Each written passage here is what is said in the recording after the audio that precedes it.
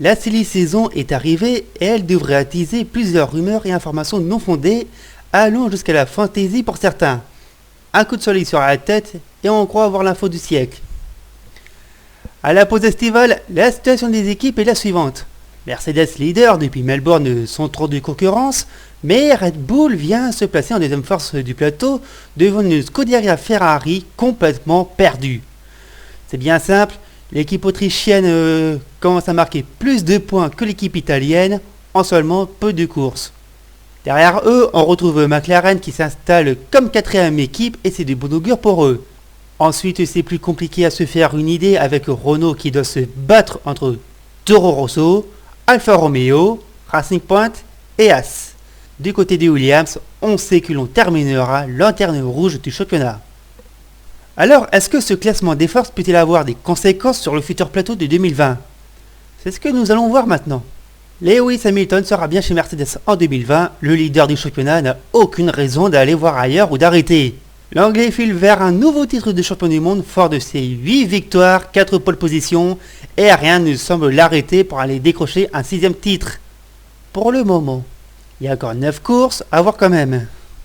Dans la deuxième Mercedes, on retrouve Valtteri Bottas, revenu en grande forme en début de saison avec 2 victoires et 4 pole positions. On se dit que le Finlandais n'est pas en danger. Pas sûr. Les victoires semblent déjà loin. Son week-end du Grand Prix d'Allemagne était désastreux par son crash ou ses commentaires, ce qui n'a pas plu à Toto Wolff. Sans parler de la Hongrie où la course s'est mal déroulée pour lui. Trop sage Valtteri sur ce coup. Mais si on devait retenir que ça, on se dit que Bottas n'est pas en sursis dans l'équipe allemande et il n'a aucune raison de s'inquiéter. Sauf que la menace et la rumeur Esteban Ocon commencent à se faire sentir et on sait que Wolff travaille en coulisses pour que le Français retrouve un volant, tout comme il fera s'il doit débarquer Valtteri Bottas. Et pour ne pas ranger la chose à Budapest, Nico Rosberg, un ancien de la maison, aurait déclaré que Ocon serait dans la Mercedes en 2020. Alors il est fort probable que Bottas soit écarté pour 2020. Alors il faudrait des arguments pour expliquer ce choix bien sûr. Mais des arguments du costaud hein. Pas de soucis pour Ferrari, même si la saison actuelle est clairement ajoutée à la poubelle. Allez hop, ça dégage. Mention à Charles Leclerc qui démontre son talent et qui a pris le leadership de l'équipe italienne avec de positions, 5 podiums et pas encore de victoire à l'horizon. Il court encore après même s'il reste brouillon dessus, mais cela va finir par arriver et c'est tout ce qu'on espère pour le jeune monégasque. Il est tout proche de sa première victoire, tout proche, ça arrive. Il sera encore chez Scuderia en 2020 et plus encore, tout comme son coéquipier Sébastien Vettel. Sauf si ce dernier nous joue un mauvais tour en fin de saison. Mais il faut dire que le pilote allemand n'est pas épargné par la critique et les faits. La pénalité du Canada, la difficulté à concrétiser en course, la rumeur sur une possible retraite qui ont couru sur lui, j'en passe. Honnêtement, il n'y a aucun risque pour lui et pour Ferrari.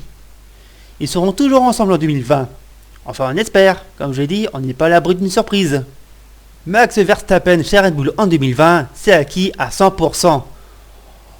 Au vu des résultats et avec un moteur de GP2, et aussi le commentaire de Lewis Hamilton, qui ne verrait pas de problème à avoir le néerlandais comme coéquipier, je ne vois pas pourquoi il irait voir ailleurs. Et surtout, le trio Red Bull, Honda, Verstappen est devenu en peu de temps la deuxième force du plateau. Eux, au moins, ils sont tranquilles. Pas sûr que ce soit le cas pour Pierre Gasly, même si Helmut Marko a confirmé dans la presse que le duo de Red Bull ne bougerait pas jusqu'à la fin de saison, et le soutien fragile de Christian Horner qui commence à perdre patience, et même un possible remplacement à partir de Singapour. C'est pour dire. Dans la réalité, rien n'est confirmé pour 2020. La saison est vraiment compliquée pour le Rennais, même si Silverstone était une bouffée d'air pour lui. Ça n'a pas suffi et beaucoup veulent qu'il soit débarqué maintenant et le plus rapidement possible.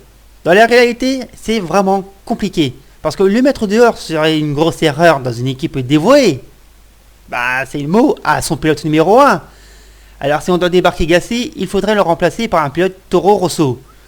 Est-ce que ça vaut vraiment le coup de changer encore une fois de pilote pour être le porteur d'eau de Verstappen et lui demander d'être devant le Hollandais en partant avec ce gros désavantage ? On verra ça plus tard dans la vidéo. McLaren, aucun problème pour eux. Ils ont tout simplement confirmé très tôt leur duo Carlos Sainz et Lando Norris pour la saison prochaine. La raison évoquée est de ne pas se déconcentrer par l'été et son lot de rumeurs pour les transferts, et ils ont eu raison.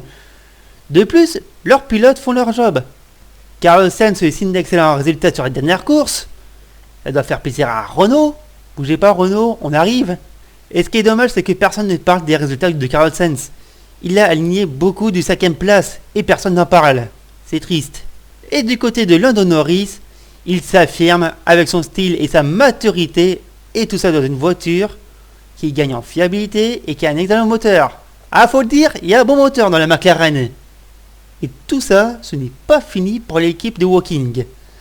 Ça promet encore pour la suite de la saison.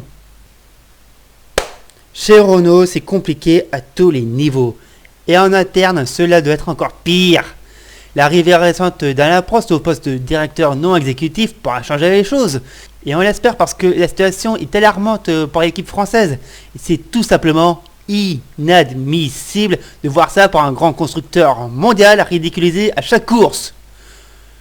C'est affligeant. Pour ce qui est de son duo de pilotes, c'est un casse-tête et on se pose même des questions.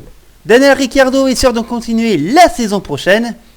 Du moins, j'espère pour eux, il ne faudrait pas qu'ils claquent la porte sans prévenir. Même si les résultats ne sont pas encore présents aux attentes de l'Australien, il garde malgré tout le sourire. Mais pour combien de temps? Pour combien de temps il va garder ce sourire? Pour Nico Hülkenberg, c'est une question aussi compliquée. On aurait eu tendance à dire qu'il va rester afin de garder de la stabilité au sein de l'équipe. Mais ça, c'était avant Hockenheim et sa sortie idiote. D'ailleurs, dans les faits, c'est la seule erreur qu'on peut lui attribuer. Vu qu'il ne souffre pas vraiment de la différence avec Ricciardo, difficile à comparer vu les résultats obtenus depuis le début de saison. Mais ses commentaires envers son équipe font mal. Et honnêtement, je ne vais pas le contredire parce qu'il a raison. Dans les faits, l'équipe est à l'ouest. Même si cela pourrait lui coûter sa place. Alors la rumeur de l'arrivée d'Esteban Ocon est là. Enfin, elle est là. Si Toto Wolff est prêt à le laisser à cirer la bitboule, bien sûr. On sent l'Autrichien rancunier envers le team manager de l'équipe française par rapport au transfert de l'année dernière. Ah bah ça pique, hein. Situation compliquée chez S également. Oh oui, il faut dire que l'affaire Rich Energy début juillet n'a pas aidé ces dernières semaines et il serait fort possible que le budget soit une question pour un nouveau pilote. Alors, est-ce qu'on peut se poser des questions sur son futur duo? Ah, cela va dépendre de si Jen Haas en fait une priorité pour son équipe et aussi de l'humeur de Gunther Steiner. Mais dans les faits, Kevin Magnussen a un contrat pour 2020 et il ne devrait pas s'inquiéter de sa situation. Et pourtant, on est nombreux à le voir se faire écarter du plateau, pas pour ses résultats, et encore, il est loin malgré une voiture qui est aux fraises, mais plutôt pour sa conduite très dangereuse envers les autres à chaque course. Bon, il est sûr de continuer, mais pas Romain Grosjean avec un démarrage qui ressemble fortement à celui de 2018. Le Français a du mal, il est loin de ses objectifs, et aussi les accrochages avec son coéquipier ces dernières courses n'aident pas vraiment. Même s'il est plus victime que coupable. C'est simple, l'équipe américaine est bien partie pour remercier l'un de ses pilotes à la fin de la saison. Les candidats, Esteban Ocon, qui serait la clé des transferts selon Gunther Steiner. À condition que ce ne soit pas un prêt, on peut aussi rajouter à cette liste Nico Hülkenberg, mais pas sûr que l'amitié d'un duo Magnussen-Hülkenberg fasse bon ménage. Allez savoir pourquoi. Et à cette liste rajoutons Sergio Perez, à voir plus loin pourquoi, et aussi Pascal Verlaine. L'info, j'assure d'Auto Hebdo. L'Allemand a fait le tour du paddock récemment et le pilote Mahindra en Formule E tente ses chances. Bon, il a raison. C'est un peu flou et un peu absurde pour l'équipe américaine pour son baquet. A voir. On sait que Lance Stroll c'est pour du long terme chez Racing Point. Il faut être franc. Alors, avec tous les avis que vous voulez, d'accord. Mais est-ce qu'on peut en dire autant pour Sergio Perez? Le Mexicain dit oui, il travaille dessus en interne avec ses patrons pour une prolongation de contrat. Et franchement, est-ce une option viable sur le long terme pour l'équipe canadienne? Pas sûr pour une structure qui veut être au plus haut du classement et en se donnant plus de moyens avec une nouvelle usine à l'avenir. Alors il n'est pas ridicule, mais Perez est un talent gâché par sa fougue qui lui a coûté cher dans le passé. Une fougue qui pourrait plaire à Haas si le Mexicain ne trouve pas d'accord avec Racing Point. Et s'il fallait le remplacer, peut-être qu'elle pourrait rappeler un ancien de la maison. Encore c'est bon Ocon? Bah oui. Ou pourquoi pas un duo 100% canadien avec Nicolas Latifi. Et ça, c'est mon idée.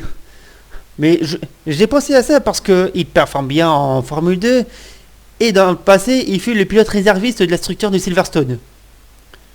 Une option? Bah pourquoi pas. Kimi Raikkonen? Oh, pas de souci pour lui. Pas question de mettre dehors le vétéran du plateau qui aide bien l'équipe italo-suisse.